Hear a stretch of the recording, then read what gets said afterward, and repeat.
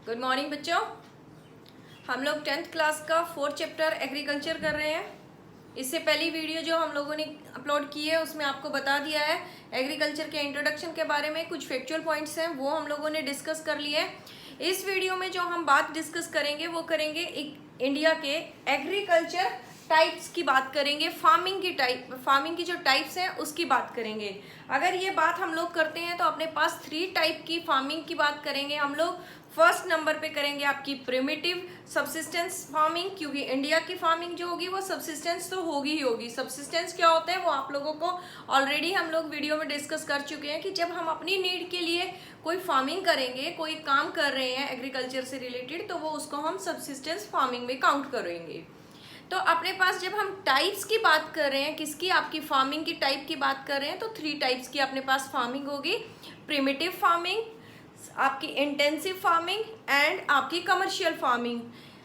9th class की economics की book में जब आप मिक्स फार्मिंग की भी बात करते हो तो वो भी पैटर्न हम लोग फॉलो करते हैं, बट मेनली हम लोग 3 टाइप की ही फार्मिंग की बात करेंगे। वो आपकी primitive subsistence farming, intensive subsistence farming and commercial farming की बात करेंगे। प्रिमिटिव फार्मिंग सबसे पहले बात करते हैं कि आपका एक ओल्ड मेथड है। बहुत स्टार्टिंग से ही जिस टाइम पे हम लोगों ने एग्रीकल्चर करना स्टार्ट किया था उस टाइम से ही हम लोग प्रिमिटिव की बात कर रहे हैं। इस प्राइमरी सब्सिस्टेंस फार्मिंग यानी प्रिमिटिव से आपको पता लगता है कि ये किसकी बात कर रहे हैं, ओल्ड की बात कर रहे हैं, किसी ट्रेडिशनल वे की बात करेंगे। ट्रेडिशनल मेथड जिसमें आप यूज करोगे, ट्रेडिशनल मेथड क्या, जिस टाइम से आपने फार्मिंग करना स्टार्ट किया था उस टाइम की बात कर रहे हैं। सब्सिस्टेंस फार्मिंग की बात, लिविंग लाइफ, अपनी लाइफ के लिए जो हम खुद के लिए फार्मिंग करेंगे उसकी बात करेंगे। और फार्मिंग से मतलब एग्रीकल्चर से है। ये था इसका एक मीनिंग जो आप लेके चलते हो, इसका कलेक्टिव मीनिंग क्या है प्रिमिटिव सब्सिस्टेंस फार्मिंग का, उसकी बात की। देन हम बात कर रहे हैं मेथड्स क्या है, या आप क्या किन टूल्स को यूज करके क्या कर रहे हो इस फार्मिंग को करोगे। अगर आप टूल्स की बात करते हो तो हम लोगों ने प्रिमिटिव की बात की है तो आपके ट्रेडिशनल टूल ही फॉलो होंगे। ट्रेडिशनल टूल में क्या, जैसे आपका हो फॉलो करोगे, आप ओल्ड प्लो फॉलो करोगे, जो भी आपके पास क्या है ओल्ड टूल्स होंगे उसको आप इसमें फार्मिंग के लिए यूज करते हो। देन आपका मॉनसून यानी आपकी रेन फेड है, टोटली ये कैसी है, आपकी रेन फेड एग्रीकल्चर होगा। प्रिमिटिव फार्मिंग की जब हम बात करेंगे वो रेन फेड होगी, तो वो डिपेंडेंट किस पे होगी, आपके मॉनसून पे डिपेंडेंट होगी। देन बात करते हैं नेचुरल फर्टिलिटी। जो सॉइल की फर्टिलिटी है वो नेचुरल है, वो अपनी फर्टिलिटी को खुद से गेन करेगी। उसकी फर्टिलिटी को इंक्रीज करने के लिए आपको इसमें फर्टिलाइजर्स नहीं यूज करोगे। तो आपका क्या है, जो आपकी ये टूल्स यूज करोगे, ओल्ड करोगे, मॉनसून है तो रेनफेड है, और आपका क्या है, ये अपनी खुद की सॉइल की फर्टिलिटी के साथ ये आपका काम करेगा। फिर बात करते हैं हु इन्वॉल्व। इस फार्मिंग को करने के लिए कौन कौन लोग इन्वॉल्व होते हैं। मोस्टली आपकी ट्राइबल कम्युनिटीज आपकी प्रिमिटिव फार्मिंग में इन्वॉल्व होती है आपकी, क्योंकि वो जंगलों में रहते हैं तो वो जो स्लैश एंड बर्न इसको हम लोग यूज करते हैं फॉरेस्ट को। तो आपकी tribal community most of the country में तो ये बैन है अभी भी, क्योंकि आपने 9th क्लास की हिस्ट्री की बुक जब फॉरेस्ट चैप्टर हम लोगों ने किया था उसमें देख लिया था कि आपके ब्रिटिशर्स ने स्लैश एंड बर्न फार्मिंग को या स्वीडन फार्मिंग को बैन कर दिया था, क्योंकि इसको डिफरेंट कंट्रीज में डिफरेंट नेम से, जैसे मिल्पा मैक्सिको और सेंट्रल अमेरिका में आप इसको मिल्पा बोलते हो, शेना आप इसको श्रीलंका में बोलते हो, आप जैसे रोका इसको ब्राजील के अंदर बोलोगे। तो इसके डिफरेंट कंट्री में डिफरेंट नेम से है। इवन अपनी कंट्री में भी हम इसको बहुत अलग अलग नाम से, कहीं पोदू के नाम से जानते हैं तो कहीं पर हम लोग इसको बेवार के नाम से जानते हैं। नॉर्थ ईस्टर्न स्टेट्स में आप इसको झूमिंग के नाम से जानते हो। तो इसके नाम के हम बाद में बात करते हैं। तो कौन इन्वॉल्व होता है इसमें, आपकी ट्राइबल कम्युनिटीज इन्वॉल्व होंगी इस फार्मिंग के लिए। फिर बात करते हैं फीचर्स क्या हैं इस फार्मिंग के। जैसा कि आपको इतने से ही पता लग गया होगा कि रेन फेड भी है, ऑल टूल्स भी होंगे, तो ऐसे ही कुछ फीचर्स भी हम लोग बात कर रहे हैं। किसके, प्रिमिटिव फार्मिंग की जब हम लोगों ने बात की तो उसकी बात कर रहे हैं बेटा। रेन फेड बिल्कुल सही बात है, क्योंकि पहले मॉनसून डिपेंडेंट है, तो ये क्या है, आपकी रेनिंग सीजन के ऊपर ही डिपेंडेंट होगी। जब आपकी रेन आएगी तब इसको इरिगेशन के मेथड ये यूज करेगी, अदरवाइज ये लोग कोई क्रॉप ग्रो ही नहीं करेंगे। नो मशीनाइज, इसके अंदर हम लोगों ने जब टूल्स की बात की थी तभी बता दिया था कि कोई किसी भी टाइप की मशीन्स ये लोग नहीं यूज़ करते। मशीन से मतलब जो आप आज मॉडर्न मशीन्स यूज़ कर रहे हो, ट्रैक्टर, हार्वेस्टर, ट्रिलर्स वगैरह जो यूज़ कर रहे हो, वो लोग ये सब चीज़ें यूज़ नहीं करेंगे क्योंकि इतना पैसा भी नहीं है, इतना इन्वेस्ट वो लोग नहीं कर पाएंगे। देन बात करते हैं स्मॉल लैंड पीस पर। वो इतनी ही लैंड पीस पर अपना एग्रीकल्चर करेंगे जितना उनके और उनकी फैमिली के लिए सफिशिएंट है, तो वो स्मॉल लैंड पीस पे आप ऐसी फार्मिंग करते हो। देन लो प्रोडक्टिविटी, अब अपने लिए ही कर रहे हैं तो क्या है, प्रोडक्टिविटी से भी उनको कोई ज़्यादा फर्क नहीं पड़ता, जितना सीड डाला जैसा निकल गया ठीक है, प्रोडक्शन ज़्यादा नहीं हुई तो कोई ज़रूरी भी नहीं है। देन फूड क्रॉप डोमिनेंट, ये पॉइंट आपको याद करना पड़ेगा कि जो आपकी प्रिमिटिव फार्मिंग है, प्रिमिटिव फार्मिंग क्या है, आपकी फूड क्रॉप्स को डोमिनेट करती है। ये कोई कमर्शियल फार्मिंग नहीं करेगी, आपकी कोई मिक्स फार्मिंग नहीं करेगी, सिर्फ इसमें आप क्या कर रहे हो, सिर्फ जो फूड क्रॉप्स होंगी उसी के साथ आप काम करोगे। देन क्योंकि ये सब कोई इन्वेस्टमेंट तो हम बात ही नहीं कर सकते, लो इन्वेस्टमेंट रहेगी क्योंकि कोई हम लोग कोई HYV सीड्स यूज़ नहीं कर रहे, जो सीड्स उनके पास लास्ट ईयर के पड़े होते हैं उसी से वो नेक्स्ट ईयर अपना सोइंग करके अपनी क्रॉप्स को ग्रो कर देते हैं। तो लो इन्वेस्टमेंट की बात कर ली, ज़्यादा कुछ इन्वेस्ट नहीं करते। बैकवर्ड फार्मिंग भी इसको हम बोलेंगे, बैकवर्ड मेथड यूज़ करें क्योंकि अभी तक वही ट्रेडिशनल वे में काम कर रहे हैं, तो इसलिए इस चीज़ के बारे में प्रिमिटिव सबसिस्टेंस है, खुद के लिए करेंगे, फूड डोमिनेंट क्रॉप होगी, ओल्ड मेथड यूज़ कर रहे हैं, ट्रेडिशनल टूल्स यूज़ करेंगे आपकी प्रिमिटिव फार्मिंग के लिए, जो इसको डिफरेंट कंट्री में डिफरेंट नेम से बोलते हैं। इसके जो नेम है वो ट्रिक आपको दूसरी वीडियो में मिलेंगे। देन आपकी बात करते हैं इंटेंसिव फार्मिंग की बच्चे, इंटेंसिव सबसिस्टेंस फार्मिंग, बार बार बोल रही हूँ, इंडिया की फार्मिंग के साथ सबसिस्टेंस जरूर लगेगा क्योंकि हम लोग क्या करते हैं, अपनी नीड के लिए हम लोग कर रहे हैं। तो आपकी इंटेंसिव सबसिस्टेंस फार्मिंग की बात जब कर रहे हैं, ये आपका मोस्ट इम्पोर्टेंट है 3 मार्क्स के क्वेश्चन के लिए, आपका ये मोस्ट इम्पोर्टेंट टॉपिक है बच्चे, इसको अच्छे से कर लेना। वैसे इसमें से 5 मार्क्स का क्वेश्चन नहीं आता, बट आपका 3 मार्क्स के क्वेश्चन के लिए इम्पोर्टेंट है इंटेंसिव सबसिस्टेंस। अब इसके बारे में देखो, इंटेंसिव सबसिस्टेंस फार्मिंग की जब हम बात कर रहे हैं तो इसको गवर्नमेंट ने इंडियन गवर्नमेंट टारगेटेड क्रॉप भी बोलते हैं। इसको इंडियन गवर्नमेंट टारगेटेड, एक ऐसी फार्मिंग जिसको इंडियन गवर्नमेंट ने टारगेट किया है। टारगेट किस लिए किया है, क्योंकि हम लोगों को अपनी नीड को वहाँ से अपनी और अपने सराउंडिंग लोगों की नीड को फुलफिल करना है। कहाँ से करेंगे, वो इंटेंसिव फार्मिंग से करेंगे। इंडियन गवर्नमेंट टारगेटेड क्रॉप कौन सी है, आपकी इंटेंसिव फार्मिंग है। अब वो टारगेट क्यों करती है आपकी गवर्नमेंट, मेक इट प्रॉफिटेबल। इस क्रॉप्स को, इस पैटर्न को जब वो यूज कर रहे हैं फार्मिंग को, तो वो किस लिए कर रही है, ताकि ये जो फार्मिंग है प्रॉफिटेबल हो जाए, उससे आप प्रॉफिट कमा लो। ऐसा नहीं है कि जैसे आप ऑल टूल्स को यूज कर रहे हो तो इसको आप प्रॉफिट के लिए भी करो, खुद के लिए ग्रो करो, प्लस उसको मार्केट में सेल कर दो जिससे आपको कुछ पैसा मिले।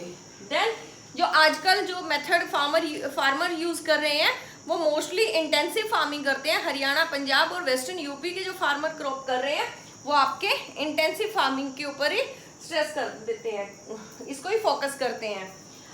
इम्प्रूव द प्रोडक्टिविटी, अब क्या है, जब आपके HYV सीड्स यूज करेंगे, जिस टाइम कंट्री में ग्रीन रेवोल्यूशन स्टार्ट हुआ था उसी के साथ आपकी इंटेंसिव फार्मिंग स्टार्ट हुई थी। अब ये क्या है, आपकी प्रोडक्टिविटी पे, अगर पहले फार्मर की बात करते हैं वो 1 एकड़ से 30 क्विंटल तक भी आपका ग्रेन ले लेते थे, सफिशिएंट था। बट आप आज उनको 30 नहीं चाहिए, आज उनको उससे कितना ट्रिपल चाहिए, 90 क्विंटल तक वो उनको चाहिए एक फार्मर को अपने 1 एकड़ से। तो वो किसको टारगेट करता है, अपनी प्रोडक्टिविटी को टारगेट करता है, प्रोडक्शन ज़्यादा चाहिए अब उसको 1 एकड़ से। सस्टेनेबल एग्रीकल्चर, एक ऐसा एग्रीकल्चर है जिसको आप नेक्स्ट जनरेशन के लिए भी, आपका FCI जो है वो इसको टारगेट करेगा सबके लिए। सस्टेनेबल एग्रीकल्चर भी इसी को बोलोगे। जैसे आजकल कोविड-19 का टाइम पीरियड है तो इसमें आपको फूड की, ग्रेन की नीड थी। अपने PM मोदी जी ने बिल्कुल स्टार्टिंग में ही बोल दिया था कि किसी को फूड की कोई प्रॉब्लम फेस नहीं आएगी, हम लोगों के पास ग्रेन है। तो आपकी सस्टेनेबल एग्रीकल्चर भी कौन सी है, आपकी इंटेंसिव फार्मिंग के लिए यूज करते हो। हाई, अब क्यों है ये इंटेंसिव फार्मिंग और इसको क्यों गवर्नमेंट ने टारगेट किया है। देखो, जैसे ही अपनी कंट्री की पॉपुलेशन इंक्रीज हुई, कंट्री की पॉपुलेशन जब इंक्रीज हुई उसकी फूड की डिमांड भी इंक्रीज हुई। क्या, अगर पॉपुलेशन इंक्रीज होगी तो अपना फूड की डिमांड भी इंक्रीज होगी। अब हाई पॉपुलेशन किस चीज की डिमांड कर रही है, मोर फूड, मोर फूड की डिमांड आपकी इंक्रीज हुई तो उसको क्या है, बट अपने पास लैंड लिमिटेड है। 9th क्लास की इकोनॉमिक्स के चैप्टर में देखा था, land is fixed, fix land है, तो लैंड अपने पास लिमिटेड है। जैसे कि ये आपका एक प्लॉट है जिस पर आपको एग्रीकल्चर करना है, आप 1960 में भी इसी पे एग्रीकल्चर करोगे और आज 2020 में भी इसी पे करोगे। 1920 में क्या कर रहे थे आप, इस फार्म से सिर्फ क्या 20 kg वीट प्रोड्यूस कर रहे थे। अगर आज की बात करते हो तो आप इससे 100 kg वीट प्रोड्यूस कर रहे हो। क्लियर, तो क्या हुआ, एग्जांपल है, बहुत ज्यादा होता है 100 kg से तो 1 एकड़ में। तो आपका क्या बात कर रहे हैं, लैंड लिमिटेड है, आपके पास लैंड फिक्स है और उस फिक्स लैंड से आपकी मैक्सिमम पॉपुलेशन के लिए फूड जो डिमांड है उनकी फुलफिल करने के लिए मैक्सिमम प्रोडक्शन चाहिए। क्या, मैक्सिमम प्रोडक्शन चाहिए। वो मैक्सिमम प्रोडक्शन कैसे करोगे आप, HYV सीड्स यूज करोगे इसमें, तब जाके वो प्रोडक्शन मिलेगा आपको। दूसरे नंबर पे इस चीज के बारे में हम लोगों को क्या करना है, लेबर इंटेंसिव भी है। इसमें आप क्या करते हो, वैसे इंडिया की एग्रीकल्चर के बारे में अगर क्वेश्चन आता है, इंडिया की एग्रीकल्चर कैसी है, लेबर इंटेंसिव, वो तब भी है। तो इसके बारे में इंटेंसिव फार्मिंग में क्या है, लेबर इंटेंसिव है। आप मैक्सिमम किसका यूज करते हो, मैनुअल वर्क करवाते हो और आप हैंड वर्क को ज्यादा प्रेफरेंस देते हो। तो लेबर इंटेंसिव क्रॉप कौन सी है आपकी, इंटेंसिव फार्मिंग की हम लोग बात कर रहे हैं। हैवी डोज ऑफ बायोकेमिकल, आप इसमें क्या डाल रहे हो, फर्टिलाइजर्स डाल रहे हो, हैवी डोज डाल रहे हो, ताकि क्या हो कि आपका उन सबको मैक्सिमम प्रोडक्शन चाहिए। मैक्सिमम प्रोडक्शन कब मिलेगा, जब उसके ऊपर आपके फर्टिलाइजर्स होंगे, आपके पेस्टिसाइड्स होंगे, ताकि कोई कीड़ा ना लगे। इस चीज से बचने के लिए फिर आप उसमें हैवी डोज यूज करते हो, मैक्सिमम यूज करते हो। डेंसली पॉपुलेटेड कहाँ होगी ये क्रॉपिंग, आप कहाँ करोगे, जो एरिया यानी नॉर्दर्न प्लेन में आप इसको करोगे, जो आपका डेंसली पॉपुलेटेड एरिया होगा। क्यों कर रहे हो नॉर्दर्न प्लेन के अंदर, एक तो आपकी वहां पर आपको सबसे ज्यादा फर्टाइल लैंड मिलती है, प्लस आपका पॉपुलेटेड एरिया भी तो वही है ना, नॉर्दर्न प्लेन। तो आपको क्या पॉपुलेशन के लेबर भी मिलेगी, मैनुअल लेबर जो हम लोगों को चाहिए, प्लस आपकी उस पॉपुलेशन की नीड भी फूड की फुलफिल होगी। Monsoon region one type of crop, इसमें क्या करते हो आप, वन टाइप ऑफ क्रॉप यानी एक सीजन में एक ही क्रॉप का प्रोडक्शन ले लेते हो। वो बाद में बताएंगे कि वो कैसे आप मिक्स क्रॉपिंग करोगे या मल्टी क्रॉपिंग सिस्टम भी इसमें साथ साथ चलेगा। इंटेंसिव फार्मिंग के लिए आपको क्या करना है, लेबर इंटेंसिव होगी, गवर्नमेंट टारगेटेड होगी। इसमें क्या कर रहे हो, हाई पॉपुलेशन है और उस पॉपुलेशन की नीड को फुलफिल करने के लिए आप इस क्रॉप को करते हो या इस फार्मिंग को आप करोगे। देन बात करते हैं कमर्शियल फार्मिंग। कमर्शियल फार्मिंग, यहाँ आपने प्रिमिटिव में बात की थी, आपके पास स्मॉल पीस ऑफ लैंड पर फार्मिंग कर रहे हो, यहाँ आप लिमिटेड लैंड पर फार्मिंग कर रहे हो, मैक्सिमम प्रोडक्शन चाहिए। यहाँ कमर्शियल की बात करते हो, कमर्शियल फार्मिंग जैसे नाम से ही पता लग रहा है कि आप उसको क्या कर रहे हो, सेल्फ कंजम्पशन के लिए ग्रो नहीं कर रहे, उसको मार्केट के लिए ग्रो कर रहे हो। क्लियर, ऐसी कोई क्रॉप ग्रो करोगे जिसका यूज मार्केट में होगा, ना कि सेल्फ कंजम्पशन में होगा। Farming is done to the sold in a market. Clear, कि ऐसी फार्मिंग यूज कर रहे हो, ऐसी क्रॉप्स को ग्रो करोगे जो आप मार्केट में सेल कर रहे हो। देन बात करते हो मॉडर्न इनपुट्स। मॉडर्न इनपुट्स कैसे, कि इसके अंदर जो भी आप मेथड यूज करोगे सारे के सारे मॉडर्न होंगे। उनके लिए जो आप क्रॉपिंग के टाइम पे, सोइंग के टाइम पे, हार्वेस्टिंग के टाइम पे जितना भी मेथड यूज करोगे वो सारे मॉडर्न होंगे और मशीनाइज होगी, टोटली मशीनाइज होगी। ऐसे इसमें मैनुअल लेबर ज्यादा आप लोग यूज नहीं कर पाओगे। HYV सीड्स, सबसे पहली बात HYV सीड्स यानी हाई यील्ड वैरायटी के सीड्स आप यूज करोगे ताकि आपको प्रोडक्शन ज्यादा मिले। तो प्रोडक्शन ज्यादा होगा तभी आपको क्या मिलेगा, मैक्सिमम मनी मिलेगी। केमिकल फर्टिलाइजर्स का यूज कर रहे हो ताकि आपकी सॉइल की फर्टिलिटी आप इंक्रीज कर सको। पेस्टिसाइड्स, और क्यों, क्योंकि हाई प्रोडक्शन चाहिए आपको।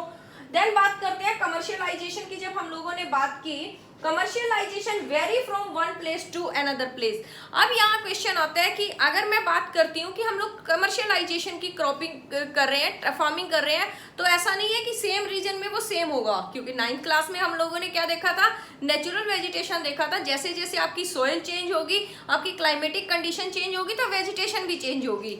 ऐसे ही फर्स्ट चैप्टर में हम लोगों ने क्या किया था, रीजन वाइज आपकी सोइल चेंज हुई थी। सोइल चेंज होगी तो आपकी क्या होगी, आपकी क्रॉप भी चेंज होगी। तो इसीलिए हम क्या बोलते हैं, जो कमर्शियल क्रॉप भी आप ग्रो करोगे, कमर्शियल फार्मिंग भी जब करोगे तो वो रीजन वाइज डिफरेंट होगी। एक रीजन में आप कोई और कमर्शियल क्रॉप करोगे, दूसरे रीजन में कोई और कमर्शियल क्रॉप करोगे। अगर आप रबड़ की प्रोडक्शन की बात करते हो जो आपके सर्दर्न इंडिया में होती है, सर्दर्न और वेस्टर्न आपके घाट पर आप मोस्टली उस क्रॉप को करते हो, ऐसा नहीं है कि आप यहाँ पर भी उसको नॉर्थ इंडिया के अंदर भी कर लोगे कमर्शियल क्रॉप, ऐसा नहीं होता। तो जैसे हम पंजाब की बात करते हैं, पंजाब के अंदर वीट, आप वीट बहुत प्रोड्यूस कर रहे हो पंजाब हरियाणा में वीट, तो पंजाब और हरियाणा के लिए जो वीट है वो आपकी कमर्शियल क्रॉप है। क्लियर। दूसरे नंबर पे आप क्या करते हो, उड़ीसा में आप राइस ग्रो कर रहे हो, तो उड़ीसा क्या कर रहा है, उड़ीसा अपनी राइस को सेल करके वो अपनी कमर्शियल क्रॉप की बात कर रहा है। क्लियर। फीचर्स क्या होंगे, single crop in a grown in a large area. अब क्या है, आपने क्या किया, एक बहुत बड़े लार्ज एरिया पे सेम क्रॉप ग्रो कर दी, सिंगल क्रॉप की ग्रोइंग की बात करोगे। Interference of agriculture and industry क्या है, क्योंकि आपका इसमें क्या टोटली ये इंडस्ट्री के लिए प्रोडक्ट तैयार करेगी। जैसे आजकल क्या है, सनफ्लावर का सीजन चल रहा है, सनफ्लावर इंडस्ट्री का हम सेल्फ कंजम्पशन कितना कर लेंगे उसके ऑयल का, एक फैमिली बहुत कम कर पाएगी। ऐसा नहीं है कि पूरे उसके एडिबल ऑयल को, बहुत ज्यादा रिफाइंड ऑयल को वो यूज कर लेगी, बाकी का क्या करेगी, उसको मार्केट में सेल करना पड़ेगा। तो आपकी इंडस्ट्री क्रॉप भी होती है, कमर्शियल क्रॉप क्या होगी, इंडस्ट्रीज क्रॉप भी होगी। कैपिटल इंटेंसिव, अब हाँ पहले उसमें क्या है, लेबर इंटेंसिव, और वहां पर लो, अब बात की है इन्वेस्टमेंट की, यहाँ क्या है, कैपिटल इंटेंसिव। यहाँ पर मैक्सिमम यूज करना पड़ेगा आपको किसका, कैपिटल का, अपनी मनी का मैक्सिमम इन्वेस्टमेंट। माइग्रेंट लेबर, अब इसके लिए आप, ऐसा नहीं है कि जो आपके इसको क्या कर दिया था, ऐसा हाईली जो पॉपुलेटेड स्टेट होंगी वहां पर आप इंटेंसिव फार्मिंग करोगे, बट यहाँ क्या कर रहे हो, आपको माइग्रेटेड लेबर की नीड होगी। हम देखते भी हैं अपनी कंट्री में, जैसे आजकल थे वो माइग्रेटेड वर्कर्स के लिए बसेस चलाई थी, ट्रेन चलाई थी, तो यहाँ पर माइग्रेटेड वर्कर्स की आपको नीड होगी। देन बात करते हैं प्रोड्यूस रॉ मटेरियल, आपका रॉ मटेरियल प्रोड्यूस कर रहे हैं किसके लिए, आपकी इंडस्ट्रीज के लिए। Connectivity to market and producing industry, अब वो जो क्रॉप आप ग्रो कर रहे हो उसको क्या देखना है, अपने आसपास के एरिया में देखना है कि आपकी मार्केट से उसकी कनेक्टिविटी कितनी है। ऐसा नहीं है कि मैं क्रॉप कोई यहाँ ग्रो कर रही हूँ और वो जाएगी साउथ तक, तो ऐसी क्रॉप नहीं, हम लोगों को उसकी मार्केट, उसका कंजम्पशन कहाँ हो रहा है, उसके लिए कोई मंडी जो है वो आपके आसपास होनी चाहिए, मार्केट से उसकी कनेक्टिविटी होनी चाहिए। तो जो हम बात कर रहे थे इंडिया के फार्मिंग सिस्टम की, इंडिया का फार्मिंग सिस्टम ऐसे हम लोग फॉलो करते हैं, 3 तरह की फार्मिंग होगी, प्राइमरी और आपकी इंटेंसिव एंड सबसिस्टेंस फार्मिंग। इसको बहुत अच्छे से देख लिया, इंटेंसिव को बहुत इंपॉर्टेंट है बच्चे, 3 मार्क्स के पॉइंट ऑफ व्यू से उसको बहुत अच्छे से देख लेना। नेक्स्ट वीडियो में हम लोग फिर देखेंगे कि क्रॉप्स का कैसे होगा, और आपकी जो स्लैश एंड बर्न फार्मिंग है उसको किन कंट्री में किस नाम से बुलाते हैं वो देखेंगे। Thank you.